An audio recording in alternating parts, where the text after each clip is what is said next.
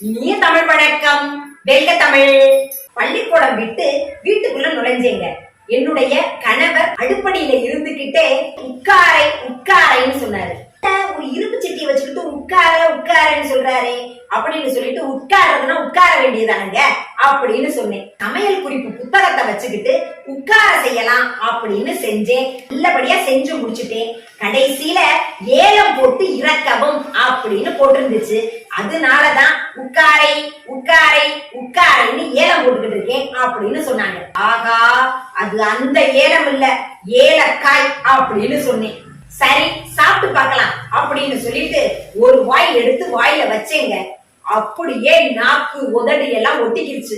பிரிக்கவே முடியல. என்னங்க இப்படி செஞ்சு வச்சிருக்கீங்களே அப்படின்னு கேட்டேன். உடனே என் கணவர் சொன்னாரு, பாரு, சமையல் குறிப்பு புத்தகத்துல போட்டிருக்குது, சமைத்து பார் அப்படின்னு தான் போட்டிருக்கு. உன்னை யார் சாப்பிட சொன்னா அப்படின்னு சொன்னார். இதைத்தான் நமது ஐயன் திருவள்ளுவர் அமைச்சு என்ற அதிகாரத்தில் அழகாக கூறுகிறார். குறள் எண் 637. செயற்கையார்ந்த கடைத்தும் உலகத்து இயற்கையார்ந்து செயல்.